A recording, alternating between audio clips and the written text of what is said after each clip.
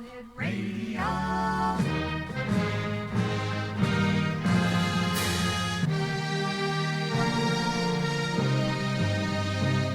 Welcome to the X Zone, a place where fact is fiction and fiction is reality. Now, here's your host, Rob McConnell.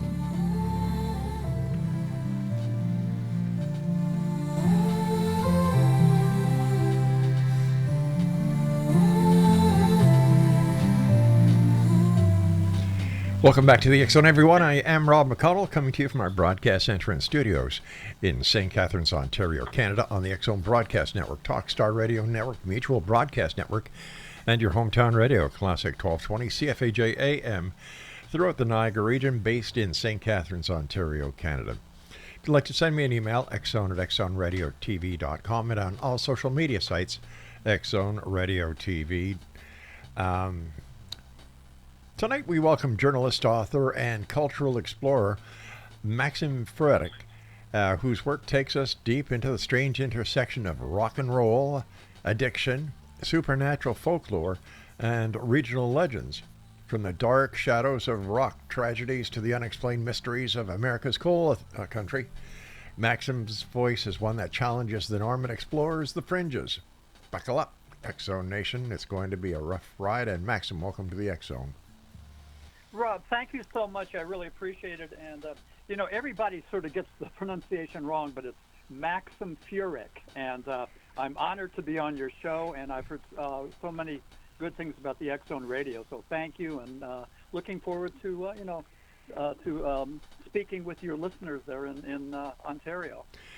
All right. Maxim, for those who are unfamiliar with your work, how would you describe your background and mission on a researcher and author side?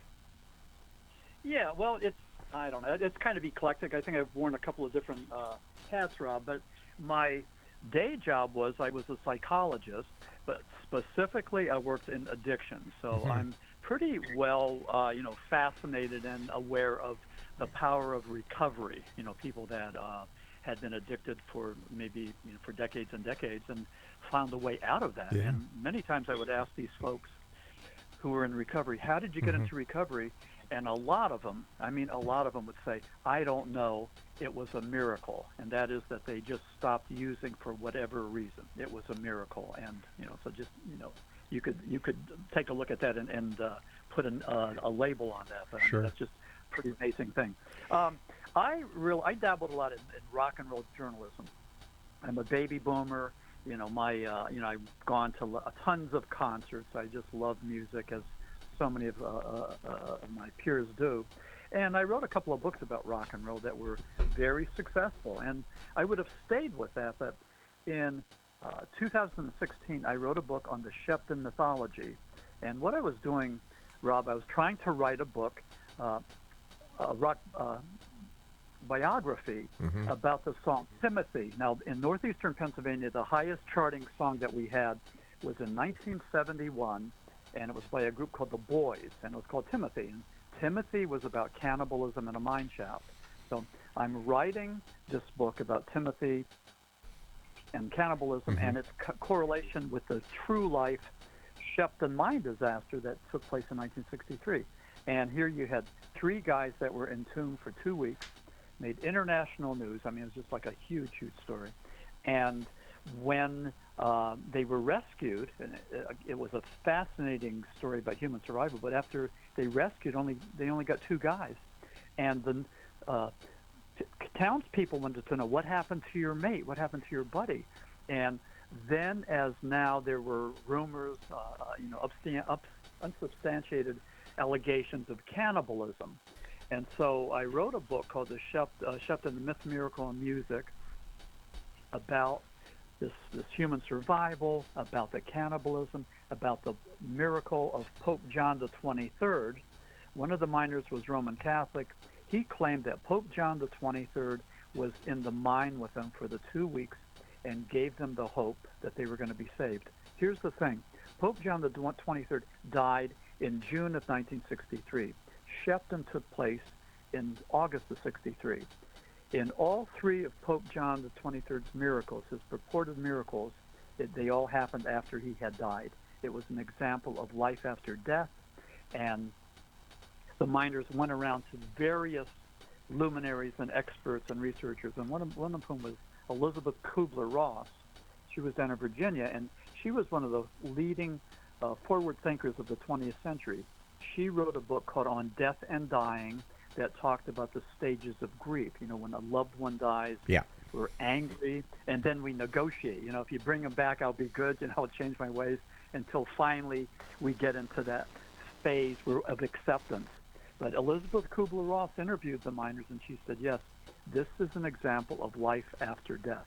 So all those things happen. Very few people know about the Shepton tragedy, the Shepton mythology. And the thing that gets me,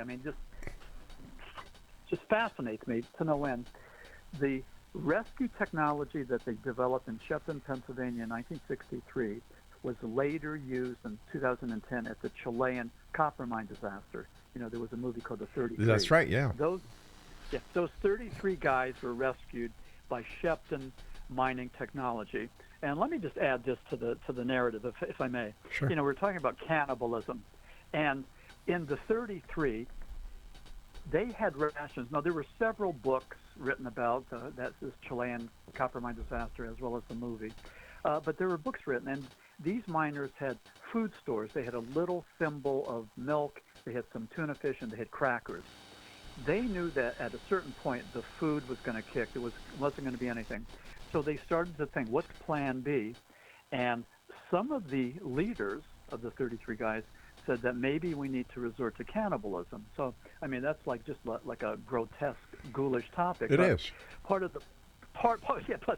You're agreeing with me, yeah. Yeah. Part of the black humor, though, was all of these guys were from Chile, except the one guy was from, I believe it was Uruguay. And so the black humor was that in case, the gallows humor, in case they had to cannibalize anybody, the guy from Uruguay was going to get it. So that was written in the books. But the Shepton mythology in 2016, 9 years ago, opened up the doors to me. And I want to say this. I didn't go looking for the paranormal. I was into rock and roll, and I was a successful rock and roll journalist.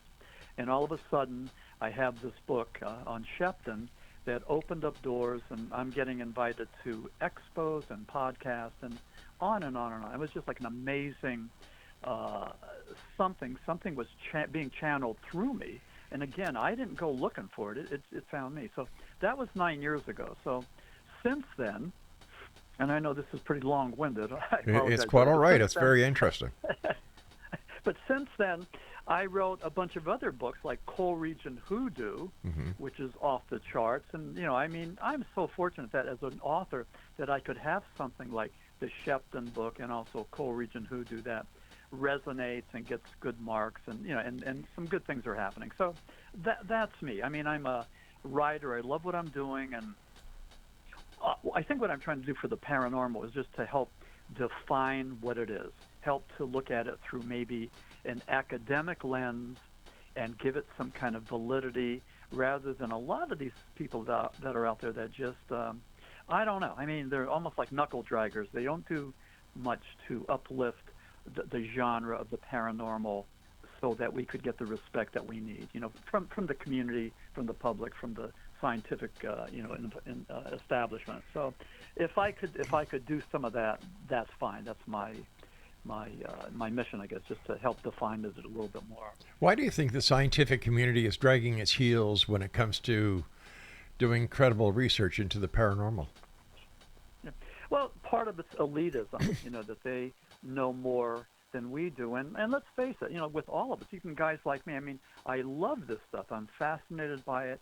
I do as much research and reading, and talking, discussions as I can to learn as much as I can. But I don't have any kind of background in quantum physics or biology or zoology or astrophysics or anything. I'm not a scientist like that. I'm a citizen scientist, and we all come to the table. Well, very few of us are invited to the high table, first of all, but we all come with one hand tied behind our back because we don't have that background that the scientific community has, and we don't speak the language. And even with I'll give you a good example. David Grush, when he testified in front of the congressional hearings in, let me see, it was July of 2023, and I was amazed at his vocabulary.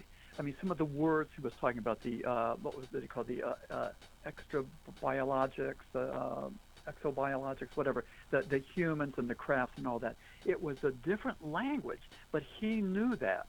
And there's a term called mystification, and for some people, they use mystification just to bamboozle us. They use these 5-syllable words just to confuse us and to make us think that they know more than we do. But it's a type of abuse of power. And I don't know. I think that with Grush, I'm really upset because back then in July of 2023, he said this: I know where the bodies are. I know where the craft are, and under the right circumstances, I will share this classified information with the right people at the right time. Well, we've had plenty of time for him to go and, tell us, to show us cards. Right. And we haven't had that. So we have that, and I think it was just a tease. He brought us to the brink, and he gave us nothing. The other thing too is that he talked about the Mussolini's flying saucer. That yes. Mussolini captured a craft, gave it to the Vatican, they gave it to us. So, when all the research I've done is that's just a folklore. There's nothing tangible, and nobody talks about it. I mean, if there was any truth to that, I mean, that would be on every newspaper, and on page 1 on every newspaper. So, so Grush, I mean, I like what he did, or I did at the time, but the same thing happened with what's his name, Luis Elizondo, November of 2024. The same song and dance. I know where they are. The government knows where they are. Well, where are they? And so I have a headache. I'm disgusted. I'm upset. And Rob, what I did, I mean, I encourage all of your viewers to do the same thing. Start writing letters to your representatives, your political representatives. And when I was down in Florida, my wife and I are snowbirds. We spend winters in Florida and summers in Pennsylvania. But down in Florida, I wrote letters to all of these politicians that were involved in the congressional hearings. There were 6 of them. And the only one who wrote back was Marco Rubio, who at the time was a senator. Now he's Secretary of State. But he wrote me back, and my letter was just that let's encourage people like David Grush to show the cards, tell us what he knows. So, and that was it. And then in the meantime, Senator Marco Rubio became Secretary of State, and then I lost my contact, my only contact. So all right, stand by. Stand by, please. We've got to take a break. In Exonation, I'll be back with our guest this hour, Maxim Furek, on the other side of this break. So whatever you do, don't go away. I'm Rob McConnell. This is the X Zone. You're listening to us on the Talkstar Radio Network, Mutual Broadcast Network, the X Zone Broadcast Network, and on your hometown radio, Classic 1220, CFAJ AM, streaming us at classic1220.ca. Aglow with a haunting melody, the air begins to thrum, an echo of the wonders that from beyond have come. Celestial encounter as the stars align, a tapestry of wonders.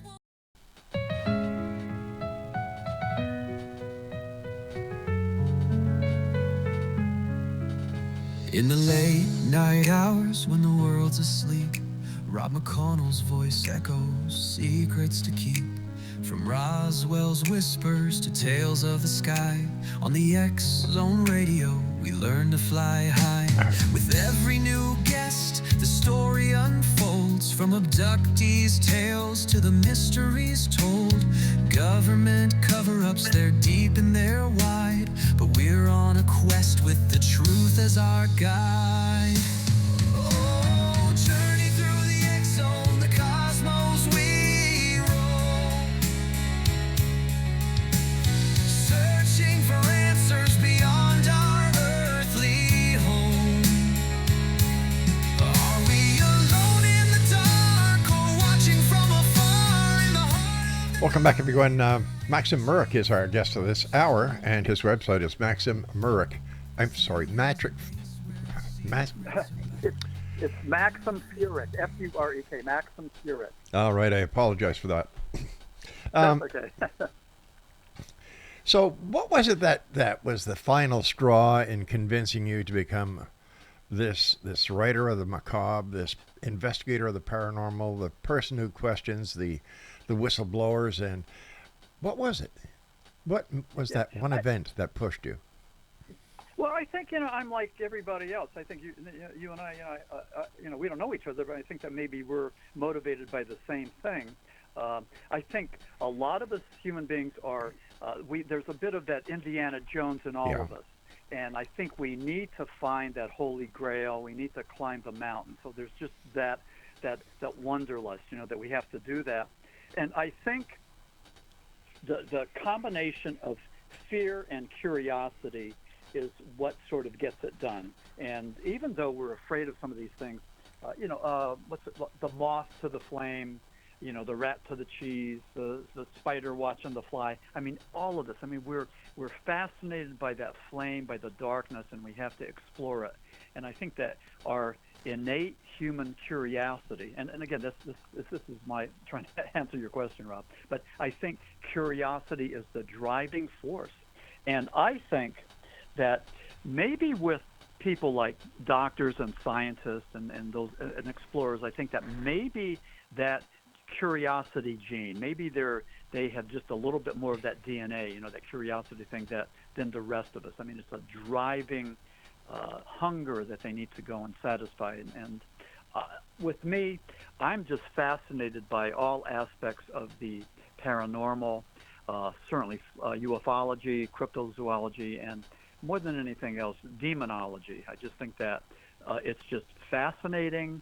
I want to learn more, and it's nothing unusual. I mean, I'm like a whole lot of other people, so that's what gets me in here. And I could easily write books about rock and roll, but I'd rather write about the paranormal because that, just gets my attention.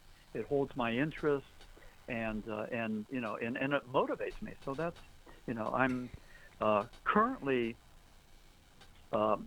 writing a book on the Schmurl haunting, and if you're familiar with the Conjuring franchise, Yes. the next installment is called Last Rites, and that's about the Schmurl haunting in West Pittston, Pennsylvania, that took place in the 1980s, and that's in my backyard. And I had an opportunity to meet Ed and Lorraine Warren in 1988. So I hung out with them, took pictures, interviewed them, and then stayed in touch with them over the years. And I would call Ed and ask him how he did battle with demonic forces, and he would go and explain it to me. But, they were very nice people, very respectful. They sort of held my hand and walked me through this thing. And,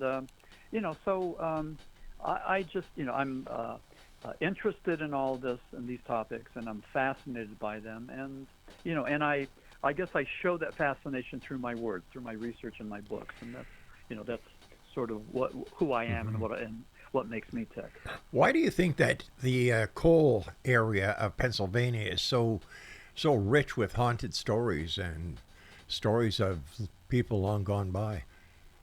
Yeah, well, my book, Coal Region Hoodoo, talks about the paranormal aspects of the Pennsylvania Northeast, especially places like Shepton or Centralia, the cursed town where there's maybe 5 people living there. The Catholic priest put a curse on the town, said at the end of the day, the only thing left standing will be St. Ignatius Church.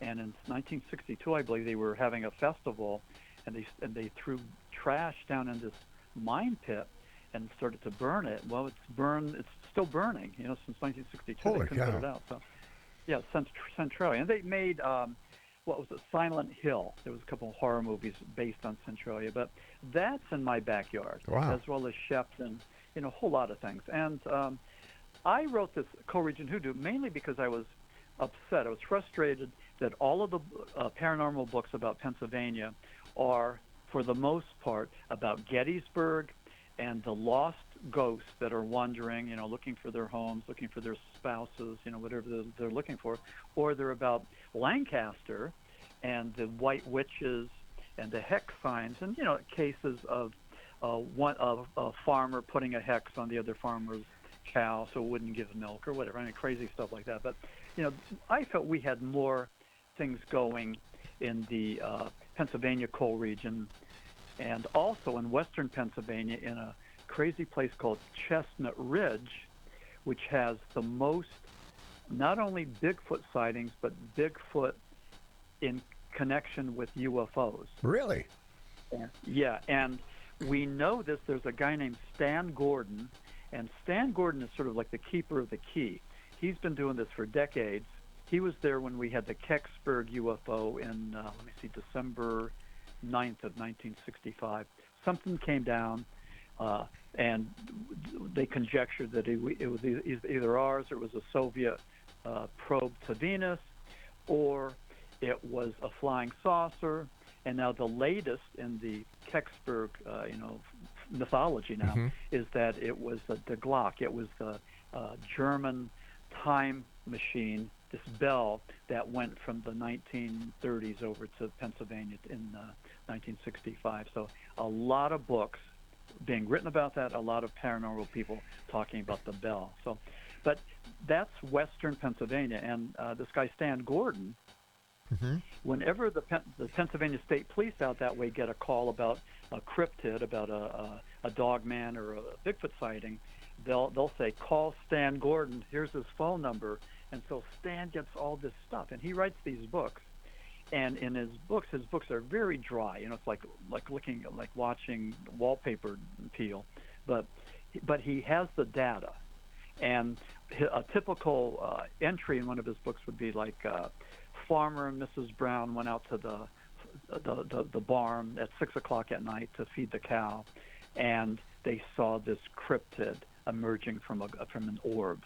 And there's numerous documented cases like that where Stan Gordon will go and talk about where it happened, when it happened, and describe it.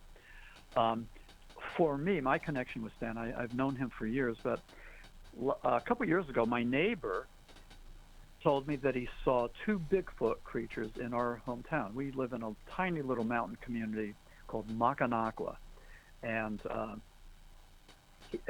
Joe, my neighbor, saw who's a level-headed guy. He's a medical supervisor, a medical technician guy, and saw these 2 Bigfoot creatures. One was cinnamon, one was black, one was bigger than the other. And when I interviewed him numerous times, he said that they didn't look scared. They looked curious. They looked at him, and then they walked away like humans.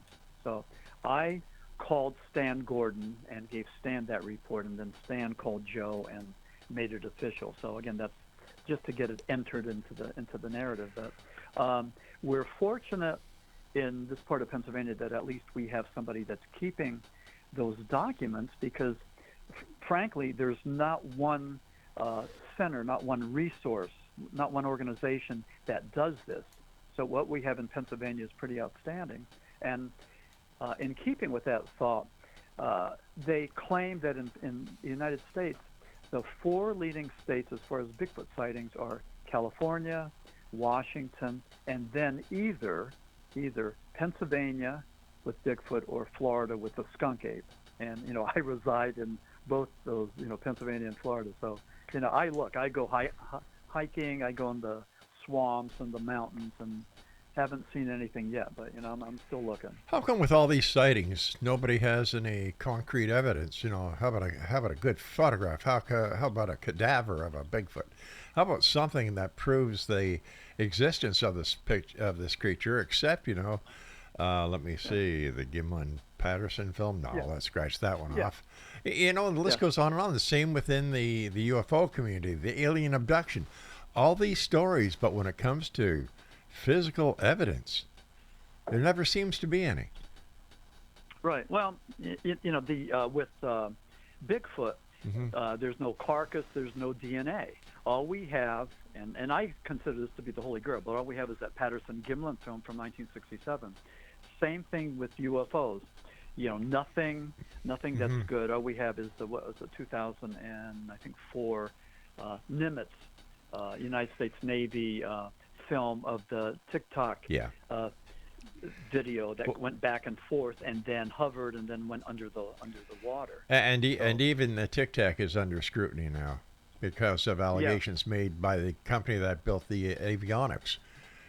That there could have been an error in it's either the what was the race? There was either a problem with the technical aspect of the avionic or the computer attachment giving a false image. Yeah. Didn't look like a false image to me. Yeah, we can't get anything. With Bigfoot, with the carcass, they talk about the carcasses, but down in Florida, I remember a while back, there was a dead, a wild pig that was on the side of the road, got hit by a car, and it was there for about 2 weeks, and it took 2 weeks for the turkey buzzards and the parasites and everything to break it down, and the elements. 2 weeks before it came down. So I would assume that, a creature in the deep woods without cars going back and forth would probably have more predators, breaking it down. But sure. Didn't that pig still have its bones? I forget. I just drove by it. I mean, it seems to me that everything was sort of pulverized. Maybe there were. I don't know. But they probably ate the bone marrow. There's stuff in the bone marrow, right? Yeah, there is. I think there's, yeah. So, the people that go out looking for Bigfoot, they hang their hat on just maybe 5 things. They have eyewitness reports that they've seen these cryptids. They have the smell, this horrible fecal odor, rotten egg, wet dog smell. That seems to be. Hey, listen, we're going to have to pull a cliffhanger here. Got to take my break at the bottom of the hour. So, Exonation, if you'd like to find out more about our guest, visit his website. All right, you have your pencils and papers ready? That's my friends. MaximFurek.com. I'm Rob McConnell. This is the X-Zone. Maxim and I will be back, continuing our conversation about Bigfoot, things that go bump in the night, the paranormal, UFOs, aliens, and who knows what else. Don't go away. In the late night hours when the world's asleep, Rob McConnell's voice echoes secrets to keep. From Roswell's whispers to tales of the sky, on the X-Zone radio, we learn to fly high. With every new guest, the story unfolds, from abductees' tales to the mysteries told. Government cover-ups, they're deep and they're wide, but we're on a quest with the truth as our guide. Oh, journey through the X-Zone, the cosmos we...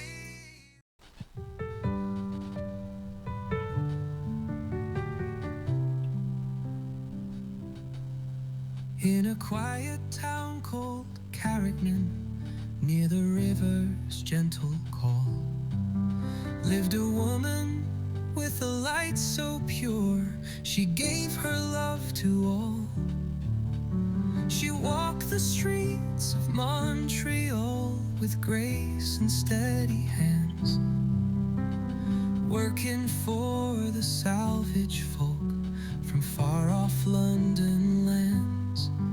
My mother, my friend, a soul so kind, a guardian angel through space and time. With open arms and a heart so wide, she stood by me, by every side. From Camley's lanes to heaven's hall, she was a guardian angel to all. Maxim Furek is our guest this hour, Exonation. And Maxim, what is your favorite genre? If there was one genre, would you say that it is Bigfoot compared to the other aspects of the paranormal? Not at all. No, I think demonology would be the thing that just rings my bell. I've done a couple of presentations on what I call Catholic mysticism, and I talk about exorcism, the rite of exorcism, miracles, guardian angels, like your song, your lead-in song, and Saint Teresa of Avila, the 17th century Spanish mystic that claimed that through prayer and meditation we could reach states of rapture and ecstasy and what Saint Teresa called flight of the soul, an actual out-of-body experience. And the miners there in Shepton experienced this out-of-body experience several times. So Really? that's one thing that just fascinates me. And then the other one is the story about Padre Pio. And Padre Pio was, he's a saint now, but he was a priest over in Italy. And he bled the wounds of Christ. And people started to come there just to see him. You had these gawkers. They wanted him to hear their confession, but they also wanted to see these wounds. So the Vatican, they didn't know what to do with this guy because it's like a circus, it's getting out of hand. So they wrapped his wrist with gauze and they watched it for like 6-7 days, and then took the gauze off. They were looking to prove that Padre Pio was just as human as you or I, that there would be signs of scabbing, of healing, and there weren't. They took off the gauze and he was still bleeding. So that was one thing. And again, the Vatican couldn't understand it. They thought that here was this guy, a con artist, that had convinced thousands of people that his delusions were accurate. So he had the stigmata, but he also had a thing called bilocation. And Padre Pio, it's been documented, was 2 places at the same time. And we know this because he would be at an opera with other brothers and priests and cardinals and that, and then he would be someplace else, maybe 100 miles away, another function, physically seen by all these other people. So it's called bilocation, and it's not the first time we've heard of bilocation. There's another people that have that. But, when you talk about the realm of mysticism, and, I think that some of these mystics, some of these saints have been given abilities through God. They say all 3 things through God. That's true. That they can perform miracles, that they could do bilocation, that they could levitate. But even in the cases of St. Teresa of Avila and also Padre Pio, along the journey they suffered. They were castigated and put down, and they weren't believed. So, how would it be to be working miracles and to be, talking to people and trying to, talk about love and faith when you have the higher ups, the executives, the administrators saying that you're a con artist? So Padre Pio had to deal with that, but an amazing individual. And Padre Pio said this. He said that the power of the devil is tremendous, but he goes, I go to the Blessed Mother for strength. And, in Catholicism, we have a lot of folks like that. Like even Ed Warren, when Ed did Demonic Battle, he would invoke the Spirit of Jesus Christ, of St. Michael the Archangel, and Padre Pio to do battle. So, you pick your saint, you pick your, the whatever. And whatever you do, they say that, what you need to do is just fill your heart with God's grace. And, I've been warned about getting too close to the darkness, to the demonic. And right. I don't think that, I view this as an academic. I like to read about it, write about it, but I'm not tempted. There's a certain progression where there's temptation and then possession and then let me ask you about possession. How much of possession is fact and other is mind over matter? Well, I don't know, but if you're tempted to do bad, if you're tempted to have an affair, to cheat on your wife, that'd be the first thing. I think with some of these people that are into this hardcore, I think what it is, and forget about the word evil. I think it's like a hedonistic thing. Like I think a lot of them feel that they can make a bargain with the devil so that they could live a life of hedonism. They could have any pleasure they want, any carnal pleasure, any drug-induced pleasure. So I think that may be it. I think that hedonism, without any self-control, is one thing that, I don't think you need the devil to do that, because the temptation's there, the ability to do that's there. If you want to go and, live your life like that, you could do that. But I was in, let me see, I think it was May 26th. We were out in Butler, Pennsylvania for the Butler Paranormal Conference, and I was one of the guest speakers. which it was just had a great time there, met a lot of people. But on the same bill were the Psychic Vincent sisters. And so the Psychic Vincent sisters, these Catholic girls, they were talking about finding missing people for the police and, tracking down killers and all that. So they're there talking, and all of a sudden this guy in the front row stands up, and he gave a story. And here he was a ghost hunter. He went out to these former mental institutions and prisons by himself looking for demons. One night he was attacked by something. He thought it was a demon. His chest was ripped up, and he showed photographs, pictures on his iPhone, and also his eye was just hanging out. It was just like gouged out. And it was just amazing. And the Psychic Vincent sisters thought it was a case of possession where he was stalked by this demon, and then they possessed him. They infested him. But they said that the only way out of that is through a whole lot of holy water and a crucifix, and fill your heart with God's grace, and then get rid of that that darkness. So I mean, this is what they said. But I saw those pictures; they were scary.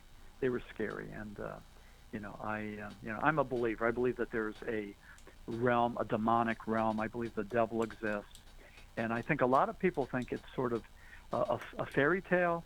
It's folklore. It's a means of scaring kids so that if you don't say your prayers, if you don't go to church, the devil's going to get you. Well, I think any parent that uses that needs to be shot. Threatening kids. That nothing peeves me off than to see a child get abused psychologically or physically. Yeah. Well, take a look at all those fairy tales. Yeah. And what's the German thing at Christmas? Who's that little bad guy that comes? The Crumpet. If you're bad? Who is it? The Crumpet? Yes. Yeah. And I've seen pictures of that. That's terrifying. I mean, God, that's for kids. Yeah. To show a kid that, come on, But I'll tell you, I don't know how it is in Canada, Rob, but in the United States, and I think this goes along with the conversation, we had laws in the United States to protect animals before we had laws in the States to protect children. Wow. Children they were like furniture. They were like cattle. They were allowed in northeastern Pennsylvania, and right. This is our sin, but part of our legacy. They sent these little breaker boys down into the mines to work. I mean, these little kids that were 7, 8, 9, 10 years old. I mean, what a horrific crime. And, when we did that back here. So, that's just a disgusting part of our history that a lot of us don't talk a lot about. Well, it was your secretary of the guy who's responsible for immigration. What's his name? Anyway, he said the other day, when we get rid of all the immigrants, we're going to put the children and the old people to work in the fields. Oh God! I mean, I hate what's going on here. I know. I don't think you have a political program, but I'm one American that does not approve of this current administration and this thuggery. And we don't want Canada to be our 51st state, and it's never going to be. We love Canadians. We respect Canadians. And just I hope your listeners hear that and know that. Oh, of course. Okay. I hope so. I don't know. Of course. I rarely have a chance to have this conversation, but I'll tell you what, it's a juggernaut. We didn't see it happening, and democracy is fragile. It didn't take much for Trump to put together a coalition and just steamroll us. I mean, man, well, he had 4 years to do it. Yep. Yeah. Well, he got his ducks in order. So. But I think there's anyway, a few surprises he wasn't expecting, including Elon Musk and how that relationship is working out. Yeah, well, we'll wait to see. Elon's watching his P's and Q's, Yeah. So, but they're it's. I don't know what it's like to be at the top. I mean, these are billionaires. They're privileged. So I don't speak that language, and I don't wear those clothes, and I don't know that. That's another side of town. And to think they're just like us. The moment they're conceived is the moment they start to die. Yeah, exactly. Yeah, well, that's all of us. Yeah, but anyway, getting away from politics. But I have a book coming out, published by Hanger One. It's called Paranormal Apocalypse. Okay. Is this how it ends? And maybe in April or in August when it comes out, maybe we could do a revisit if you're interested. Sure, we'd love to. Would love but to. Paranormal Apocalypse, is this how it ends, talks about fear. And H.P. Lovecraft said that fear is the most elemental, the most basic emotion that man has. Yeah. And fear of the unknown is the most powerful. And I talk about keeping people afraid, religious groups keeping us afraid, political groups, society. We have a whole bunch of people that are just walking in line like lemmings, following, the herd over the cliff. So there's a lot of people that don't use critical thinking, rational thinking, common sense. They just follow the crowd, and we're in a bit of a mess. So I don't know. I mean, if you want a totalitarian state like George Orwell talked about. All right, hold on here. Hold on. I've got to take my final break. Let's come back with that. Okay. Yeah, when it comes to kids, that's another show, another topic for another time. Exonation. Our guest this hour is Maxim Furek, and we'll be back as we wrap up this hour here in the X Zone from our broadcast center and studios in St. Catharines, Ontario, Canada. And you're listening to us on the Talkstar Radio Network, Mutual Broadcast Network, X Zone Broadcast Network, and your hometown radio, Classic 1220, CFAJ AM, streaming us at classic1220.ca. McConnell's voice echoes secrets to keep. From Roswell's whispers to tales of the sky. On the X Zone Radio, we learn to fly high.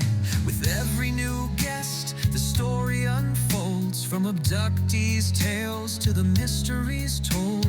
Government cover-ups, they're deep and they're wide. But we're on a quest with the truth as our guide.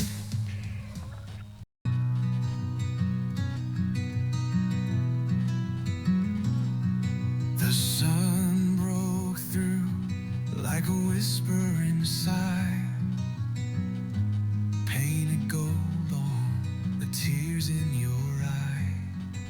The clock ticked. Welcome back, everyone. Maxim Furek is our guest this hour. And Maxim, before we went to the break a couple of segments ago, we were talking about the Patterson-Gimlin film of '67. What is your take on it? Yeah, I think it's authentic. Of all the things we have out there, the photographs and the videos, and we don't have a whole lot of authentic videos, even in this day and age of AI. But from the Patterson-Gimlin film from '67, to me, is something that's valid. It's only 58 seconds, and Patterson and Gimlin were going. They were riding their horses. They had 3 horses up in Northern California. They were going to make a documentary to make money to do an expedition to find Bigfoot. So they're going around the creek bed, and they see a female Bigfoot that they later called Patty. But Patty looks at Patterson and then takes off. And as she looks at Patterson, his horse rears. He starts falling off the horse. He reaches into the saddlebag for the camera and starts shooting. And behind him, Gimlin's horses are also doing the same thing. And he's, they're rearing and bucking, and he's falling off. But what happened was John Napier was a British paleontologist that was working at the Smithsonian. So in 1972, he was allowed to take a look at the Patterson-Gimlin film, and they viewed it numerous times. He had a number of scientists there with him, including a bunch of scientists from Russia. And Russia was a lot more keen on Sasquatch and the Abominable Snowman and Almas, the Yeti and all that. I mean, they believed in it. They put money behind it as far as expeditions. But Napier took a look at it, and he said, no, it's not. It's a fake. And the reason he said it was fake was this. He said that Patty had an upper body like an ape and the bottom like a hominid. It walked like a human. He said that Patterson-Gimlin just cobbled together some basic elements of a man and an ape. And so going on that premise, Napier said it was a fake. So that was 1972. In 1974, a bunch of guys were over there in Ethiopia, and they discovered Lucy. This was Australopithecus. Right. It was like maybe like 3.5, 4 foot tall. They named Australopithecus Lucy after the Beatles, Lucy in the Sky with Diamonds. So that night, these researchers got drunk and they played the Beatles. It was just like, a moment, a red letter date in history. But when John Napier heard about this in 1974. He said, "Wait a second." He goes, "I was wrong." He goes, "Lucy has an upper body like an ape, so it could climb trees and everything, the strength, Yeah. and it has the bottom like a hominid. It walked on 2 feet." So Napier believed that the Patterson-Gimlin film was authentic. It took him a couple years to come around to that, but this was, Rob, you asked earlier, why hasn't the scientific community come around and Exactly. embraced Yeah. some of this? Well, in '74 they did. They came up with information that helped validate, the Patterson-Gimlin film, and they did this with Lucy. So it was kind of neat how this happened. I mean, from '67 to '74. But I think that this is good when this happens, and for a lot of us who think there's nothing new under the sun, keep in mind that I believe it was January of this year, January of 2025, there was this gigantic glacier. It was the size of Chicago that calved. It broke off and started to float. There was a bunch of oceanographers there on a ship about an hour away from it. They happened to be at the right place at the right time. They went over there in their ship, and they sent these underwater robots down there to see what was there. Now, this glacier had been there for either hundreds or thousands of years. I mean, we don't know, but they didn't they didn't know what they were going to find there, but they found jellyfish that were larger than anything that we've seen. And they weren't quite sure. I don't know what they came up with now, but they weren't quite sure what was keeping these creatures under there alive. If it was like the plankton going down there. But they weren't quite sure, and they thought that there's a possibility that there was another life source, another undiscovered life source that might have been there. So again, I haven't heard much more about that other than that glacier was being tracked and it's melting and all that. But just pretty interesting stuff. So that was, that just happened in January, and I find that amazing. I mean, there's still mysteries being, I guess, solved or being presented. And and even the thing that I get excited about are some of the Mars probes that they're finding what they believe are canals. They believe that there was water there on Mars, and they believe that there was civilizations there on Mars.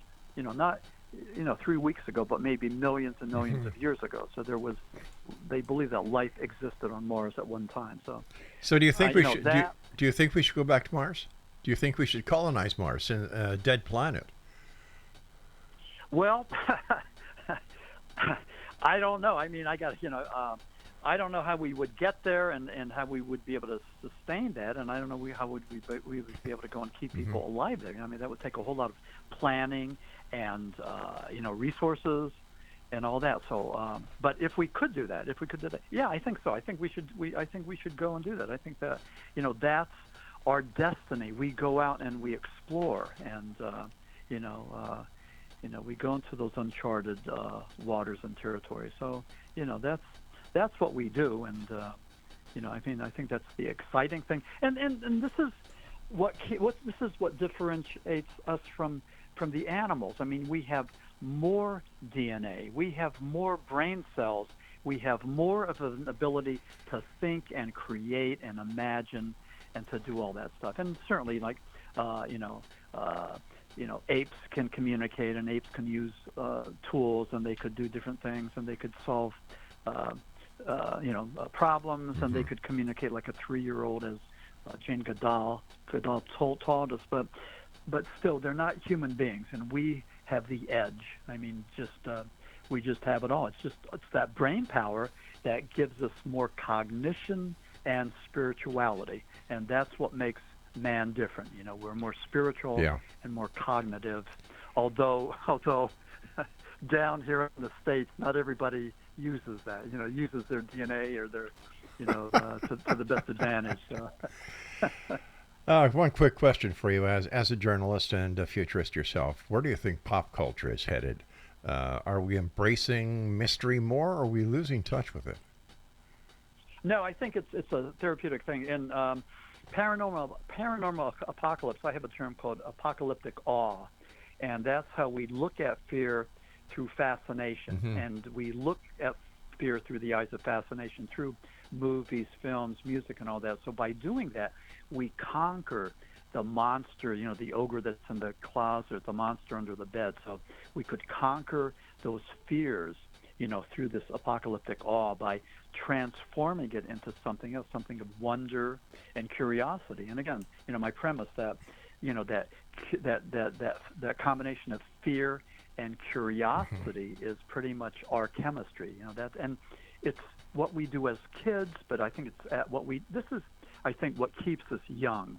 That combination of fear and curiosity, just to be curious about the world rather than just laying on the couch and, using the remote and just like letting the world go by. I mean, if you're curious and inquisitive, you're going to ask questions and you're going to find answers. So I think that's the key. But no, I think pop culture is so much a part of all of this. I mean, especially when you look at the realm of ufology, and when you take a look at Roswell, I mean, you look at what we know about Roswell and what we think we know. I mean, it's just like an amazing thing. I mean, it's the Roswell mythology, and that's what it is. I mean, we don't have little alien bodies, and we don't have spacecrafts. I mean, we have people that claim that, like Bob Lazar claims that they know where they are, but we don't have any. Yeah, and even what's his name, Jaime Maussan. He had the aliens down there in Mexico City. He carted them out and said that these were alien creatures from Peru and all that, and that wasn't true. I mean, it's a fascinating journey and it's a fascinating topic, but we have a whole lot of hoaxers out there that are just looking for their 15 minutes of fame, and I hate that. I mean, that's just it disrespects our paranormal genre. What's your take on the new paranormal tourism industry? Well, I'm to blame. I just went down to Gettysburg, Pennsylvania for the Devils on the Run tour, and Annabelle, the cursed doll, was there. So I paid my $40, and my wife paid hers, and we saw Annabelle, and we met some people. But it was pretty cool. I mean, I wanted to see that, and it's almost like going to a Carney show. Paying your money to go see the dwarf or the chicken with three heads. But I mean, it was it was a hoot. I mean, I enjoyed Gettysburg. It's a great town, and I liked the experience. And I'm just glad I went there for the experience. I mean, not for anything else. And but there were a ton of people there. And Annabelle's been in, I think, 3 Conjuring movies, and has recognition, but also has the notoriety because let me see. Annabelle was at the Warren Occult Museum in Monroe, Connecticut. Lorraine, before she passed, wanted it to be kept there under lock and key. And it's in this wooden case that has crosses carved into it, has the Lord's Prayer in the back of it. It's embedded or imbued with holy water and holy oil. So, the priest blesses it every so often just to keep it in check. But Tony Spira, the Warren's son-in-law, he took the doll on the road, Annabelle, and when it was down in New Orleans, get this, when it was down in New Orleans, they had a plantation fire, they had the jailbreak, 10 guys took off from the I remember that, yeah. I mean, right around the time that Annabelle was down there, so I mean... Coincidence? I don't know. I don't know what that means, but I mean... it's either coincidence or something else. Yeah. So, I mean, you tell me. What do you think? I don't know. I'm a guy who likes to see the evidence before I make a conclusion. Maxim, I want to thank you ever so much for joining us tonight. It's been a great pleasure. Let our listeners know how they can find out more about you and where they can get your books. Yeah, for sure. Yeah, listen, if you're interested in any books by Maxim W. Furek, paranormal author, you could check out my website, which is www.maximfurek.com. And I'd be glad to go and get you autographed copy of any of my books. Or if it'd be easier for you to go to Amazon and give Jeff Bezos, the billionaire, some of your money, then you could do that too, and go to Amazon. But check out some of the books: Co-Region Hoodoo, The Lost Tribes of Bigfoot, Shepton, Flying Saucer Esoteric. I got a bunch of them. But again, Maxim W. Furek, and that's Furek. All right, Thanks, Maxim. Rob. This Take was care, my great. friend. Hey, we'll speak to you in August when the new book comes out. That sounds good. Yeah, thank you so much for the invite. I appreciate it. You take Hope care, this my went friend. well. Bye-bye now. All right, X Zone we'll see. Nation. Okay. I'll be back on the other side of the news as Hour 2 starts here in the X Zone, right here from our broadcast center and studios in St. Catharines, Ontario, Canada. Now, if you'd like to listen to all the programming that we do here at the X Zone Broadcast Network, part of Relmar McConnell Media Company, all you need to do to listen to past shows that we presently broadcast, no charge, no fee, no nothing. Just go, sit, relax. Excellent programming. www.xzbn.net. And you're listening to yours truly, Rob McConnell, on the Talkstar Radio Network, Mutual Broadcast Network, X-Zone Broadcast Network, and your hometown radio, Classic 1220, CFAJ AM, streaming classic1220.ca. My friend,